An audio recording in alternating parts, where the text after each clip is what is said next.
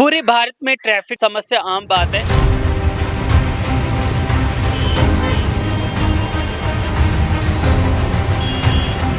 जहाँ महंगे लोग हैं, महंगी गाड़ियाँ हैं, महंगी कॉलोनियाँ हैं, वहाँ लोग करोड़ों के घर लेते हैं। महंगी गाड़ी एक ई रिक्शे के पीछे खड़ी करनी पड़ती है। वो कितनी मौतें ई रिक्शे की वजह से हुई है, ओवरलोडिंग होती है। तो ये कमाई का जरिया ज़रूर है, लेकिन आफत भी बहुत बड़ी। ग्रेटर कैलाश हिल जैसे बड़े पोश इलाकों में भी ऐसी समस्या सामने आई है। दिल्ली में हम कह सकते हैं रोड एक्सीडेंट में जो लोग घर मर रहे हैं, उसमें ई रिक्शा का भी बहुत इन्वॉल्वमेंट है।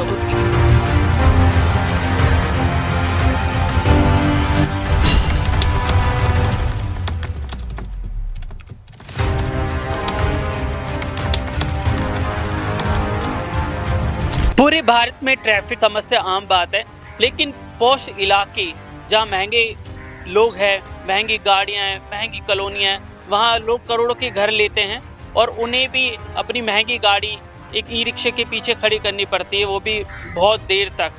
तो ये मतलब कि हम कह सकते हैं भारत में किसी नाम की कोई प्लानिंग नहीं है, और जिस तरीके से इंक्रोचमेंट ई रिक्शे का देश भर में बढ़ता जा रहा है और इतने हादसे लगातार हो रहे हैं, ना इनको लाइसेंस की ज़रूरत होती है, ना किसी चीज़ की ज़रूरत होती है।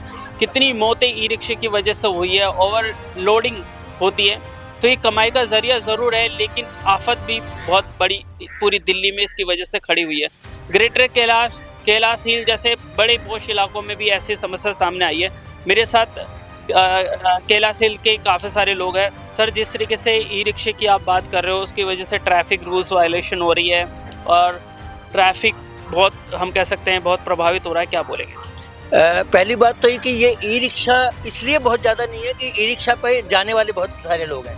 ई रिक्शा इसलिए है कि ई रिक्शा के रहने वाले लोग हैं, वो गढ़ी बस्ती पीछे एक स्लम्स है, वहाँ रहते हैं और उन्होंने ये समझा हुआ है कि ये फंडामेंटल राइट है कि उसके पास जो भी जगह होगी, चाहे वो रोड होगी, चाहे किसी के घर का दरवाजा होगा, वो वहाँ पार्क करेंगे। अब सवाल ये है कि जब चालान करने ट्रैफिक वाले आते हैं तो उनका एक ही मुद्दा होता है कि साहब ये जो कोठियाँ हैं इनकी कारों को हटा दो। अब आप बताइए कि जब हम अपने घर को खरीदते हैं तो एक फंडामेंटल राइट है कि मैं अपनी कार को प्रॉपरली आगे खड़ी कर सकता हूँ। अब अगर उन्हें ये कहा जाए कि साहब इसके कारण हमारे चालान नहीं होंगे क्योंकि उनकी कार खड़ी है, तो ये बेईमानी इसलिए है कि अगर उन्हें खड़ी करनी तो अपने स्लम्स में जहाँ खड़ी करते हैं रिक्शा वहाँ खड़ी करें। विक्टिम वो क्यों लोग हों जो यहाँ रहते हैं। और हालत ये है कि 3-3 की रो लग जाती है इससे सारा ट्रैफिक जाम होता है। कैजुअलिटी हो, कोई अगर इमरजेंसी की वैन आ रही हो, एम्बुलेंस आ रही हो, वो क्रॉस नहीं कर पाए तो it is a life threat. तो ये तमाम लोग कैलाश हिल जो यहाँ की कम्युनिटी एसोसिएशन है RAA उससे जुड़े हुए हैं। सर, जिस तरीके से यहाँ पे मैं देखता हूँ कि इस्कॉन टेम्पल के पास जिस तरीके का जाम होता है, वैसा जाम कहीं देखने को नहीं मिलता। बहुत हैवी ट्रैफिक होता है, बहुत ज़्यादा भीड़ होती है।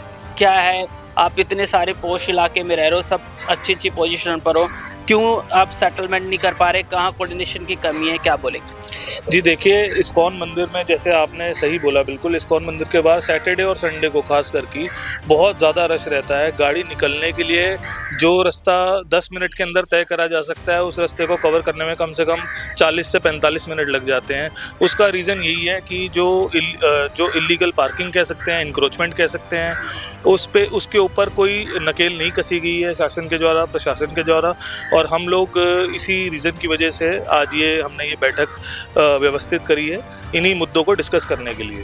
जो ये ई रिक्शा है, आज के टाइम पर व्यापार का बहुत बड़ा माध्यम है। बहुत सारे लोगों पर अपना रिक्शा होता है, लेकिन एक बड़ा वर्ग जिसको हम कह सकते हैं ठेकेदार, वो 50-100 रिक्शे ले लेता है, फिर अपने ड्राइवर को देता है, वो ड्राइवर उसको चलाते हैं। तो ऐसा सिस्टम धीरे धीरे ईजाद हुआ है। तो हो क्या रहा है कि मेट्रो स्टेशन के आप बाहर जाइए, जितने आप पैसेंजर नहीं होगा उससे ज़्यादा ई रिक्शे होंगे, तो बड़ी भीड़ है। लेकिन कोऑर्डिनेशन की कहीं ना कहीं कमी है। आपको नहीं लगता कि ट्रैफिक पुलिस का जो लोग है वो अपना काम ठीक से नहीं कर पा रहे? इसमें ये बात सामने आती है कि पुलिस खुद मंथली लेती है। मैं खुद देखता हूँ कि ऑटो वाले बिना किसी रूल रेगुलेशन के चलते हैं, 4 लोग, 5 लोग, 6 लोग बिठा के चलते हैं। वो खुद कहते हैं कि हम पुलिस को पैसा देते हैं। क्या यहाँ पे भी ऐसा ही चलता है?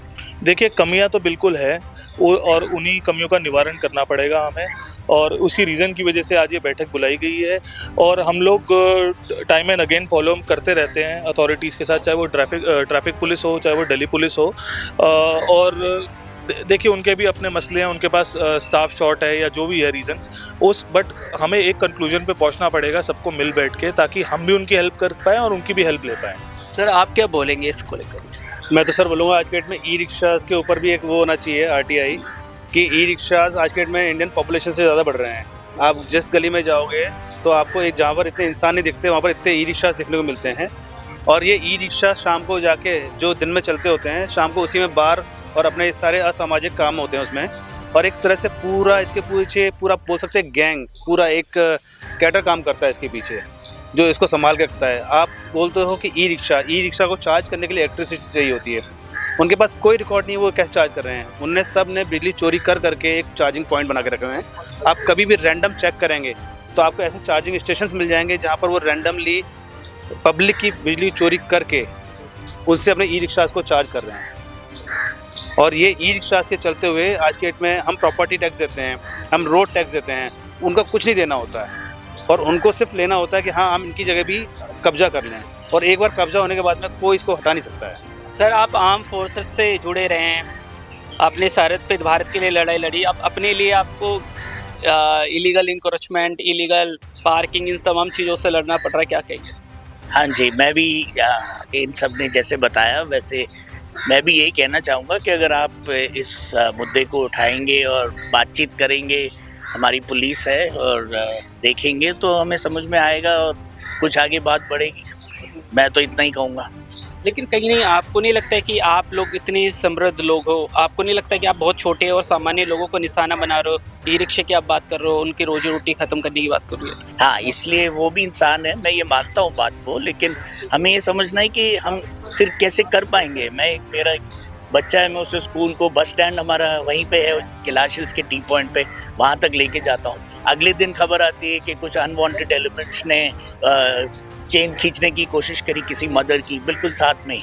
तो ऐसे वो फिर सुन के तो सोचना पड़ता है कि आगे कैसे हम बात को बढ़ाएं, क्या ठीक कर सकते हैं। इसमें से बात करने से ही कुछ निकलेगा निष्कर्ष। तो एक बात साफ है, दिल्ली में हम कह सकते हैं रोड एक्सीडेंट में जो लोग मर रहे हैं उसमें ई रिक्शा का भी बहुत इन्वॉल्वमेंट है। ई रिक्शा की वजह से बड़े बड़े हादसे होते हैं। ये ट्रैफिक रूल्स को फॉलो नहीं करते, कभी बस के आगे आ जाएंगे, कभी ट्रैक्टर के आगे आ जाएंगे और खुद बच जाएंगे, लेकिन बाकी लोग उसके चक्कर में मरते हैं। आप क्या बोलेंगे भैया? आपने बिल्कुल ठीक पॉइंट आउट करा है जी। एक चीज़ मैं ऐड करना चाहूँगा कि ये कैलाश हिल्स का ओनली एंट्री एग्जिट पॉइंट है जहाँ पे ऑटोज़ और ई रिक्शाज इलीगली पार्क होते हैं, और इस हद तक पार्क होते हैं कि आने जाने में अगर कोई भी इमरजेंसी व्हीकल की ज़रूरत पड़ जाए, फायर ब्रिगेड की, एम्बुलेंस की, तो जगह नहीं होती। तो ये एक बहुत बड़ा सेफ्टी कंसर्न है जो रेजिडेंट्स उनके सामने रहते हैं। जैसे और भी बताया कि वहाँ पे ड्रिंकिंग, स्मोकिंग, इलीगल नारकोटिक्स की कंजम्पशन, ये सारी चीज़ें एक रूटीन एक्टिविटी है इवनिंग टाइम में। सर आज आप लोगों ने पुलिस के अधिकारियों के साथ मीटिंग करी, ट्रैफिक के सारे बड़े लोग आए हुए हैं, कुछ इससे सॉल्यूशन निकलेगा या फिर सिर्फ बातें ही रह जाएगी, जो आपकी प्रॉब्लम है वो सॉल्व हो पाएगी? एक चीज़ बहुत क्लियर है कि हमारी गवर्नमेंट, हमारे अथॉरिटीज़, हमारा पुलिस डिपार्टमेंट चाहे सब कुछ कर सकता है। अगर कोई कोऑर्डिनेशन की कमी रही है, उन तक ये चीज़ नहीं पहुंची थी, तो आज इस मीटिंग के माध्यम से उन तक सारी इन्फॉर्मेशन हम अपनी पहुंचाएंगे। और हमारी बहुत उम्मीद है कि भाई इस पे एक स्ट्रिक्ट एक्शन लिया जाएगा, ताकि ये कॉलोनी के लोगों को, एल्डरली सिटीजन्स अगर पैदल निकलना चाहें वो एक बहुत बड़ा टास्क हो जाता है, बिकॉज एनवायरनमेंट बहुत ख़राब हो चुका है। वी आर वेरी होपफुल कि after this today's meeting the authorities will take some concrete action और इसके खिलाफ एक चेंज दिखना चाहिए ज़रूर। Thank you. तो इंडिया में सिविक सेंस की बहुत कमी है, कहीं भी गाड़ी पार्क हो जाती है, किसी को भी ठोक के चला जा सकते हैं लोग। तो एक बड़ा मुद्दा अगर पोस्ट कॉलोनियों में ऐसा हो रहा है कि आपकी 1 करोड़ की गाड़ी कहाँ खड़ी हुई है, 50,000 के रिक्शे के पीछे लंबी देर तक उसको खड़ा रहना पड़ रहा है, तो बहुत सारे सवाल खड़े होते हैं। और ये हम कह सकते हैं कि आपसी सहयोग के माध्यम से ही इन सारी प्रॉब्लम को सॉल्व किया जा सकता है। आज की ये मीटिंग कैलाश हिल्स में बहुत मायने रखती है, काफ़ी बड़े अधिकारी यहाँ पर आए हुए हैं। अगर इतने उच्च और समृद्ध लोगों को भी इस तरीके की छोटी मोटी चीज़ों के लिए भी जूझना पड़ रहा है, तो आप भारत के सामान्य वर्ग जो बहुत छोटी कॉलोनियों में रहता है, तो उनकी हालत आप समझ ही सकते होंगे कितनी मुश्किलों का सामना उन्हें करना पड़ता होगा। जो है ट्रैफिक को लेकर यहाँ पर प्रोग्राम किया गया, क्या कहेंगे? सर सबसे बड़ी बात यह है कि कैलाश हिल एक पोश एरिया है। जाहिर बात है कि यहाँ के मकान के दाम भी बहुत महंगे हैं। आदमी वहाँ जाता है जहाँ सुकून से रह सके, जहाँ सारी सुविधाएं खुले में मिल सकें, लेकिन आने के बाद महसूस हुआ कि हम कहीं ठगे गए अपने आप से, कि यहाँ बिल्कुल सलम हुआ है इसके गेट पर, और गेट के अंदर स्थिति यह है कि वहाँ पर 3-3 रो के अंदर ई रिक्शा खड़े हुए हैं। 3 व्हीलर्स ऐसे हैं जहाँ 50 three wheeler round the clock खड़े रहते हैं, जबकि हाल्ट एंड गो का अर्थ ये है कि रुको, पैसेंजर लो और जाओ। लेकिन वहाँ देखा कि वहाँ ड्राइवर ही नहीं उनके ऊपर। किसी सूत्रों से ये भी पता लगा कि ये किसी एक ठेकेदार के हैं, जो ड्राइवर छुट्टी पर चला जाता है तो वो पार्किंग के लिए अवैध पार्किंग में यहाँ खड़ा कर देते हैं। और थोड़ी कसर रह गई तो वो ये रह गई कि जहाँ ये ई रिक्शा और ये 3 व्हीलर वाले हैं यहीं कुल्ला करते हैं, गालियाँ देते हैं, मीट खाते हैं और न्यूसेंस करते हैं। ये लोगों के जो सामने रह रहे हैं उन्होंने बताया। दिल्ली का पॉश इलाका कैलाश हिल्स, यहाँ पर काफी लग्जरी गाड़ी भी है, मगर कितना दिक्कत होता है निकलने में और आने में। सर हमारे स्थिति यह है कैलाश हिल की कि पूरी कॉलोनी का एक ही आउट गेट है, एंट्री और आउट गेट एक ही है। और अगर कोई फायर ब्रिगेड अंदर आना चाहे जहाँ क्योस हो जाए तो वो या तो अंदर नहीं जा पाएगी या बाहर नहीं निकल पाएगी। तो ऐसी स्थिति के लाइफ थ्रेट भी है कि एम्बुलेंस कैसे निकले।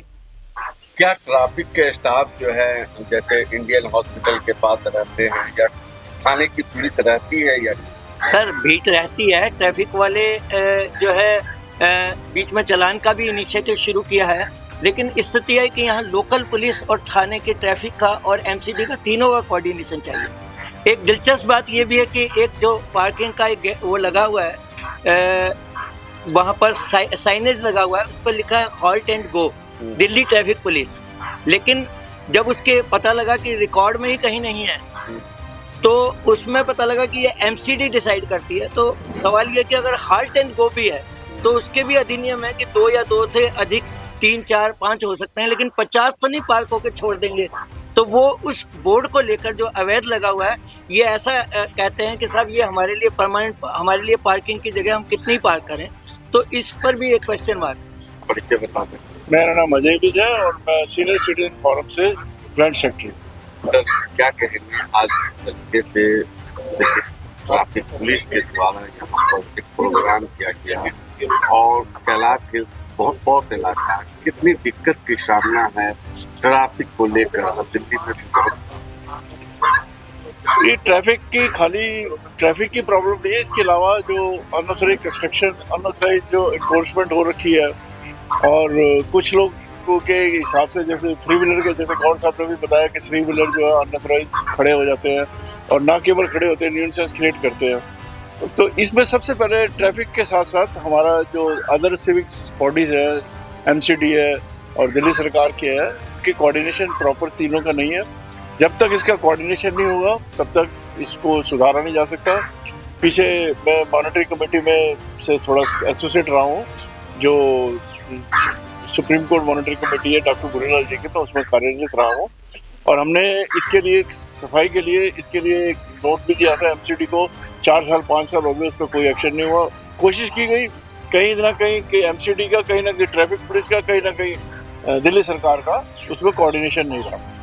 सरकारें बदलती रही, वो काम अभी तक बेटरलाइज नहीं हुआ। कहीं न कहीं ट्रैफिक पुलिस को हर महीने में इसी तरीके से अवेयरनेस करने की जरूरत है। बिल्कुल जरूरत है, लेकिन अवेयरनेस करने से खाली काम नहीं लगेगा। जब तक इसके ऊपर पनिशमेंट या जुर्माना या इन्फोर्समेंट ना किया जाए, जब तक कोई फायदा नहीं उसका।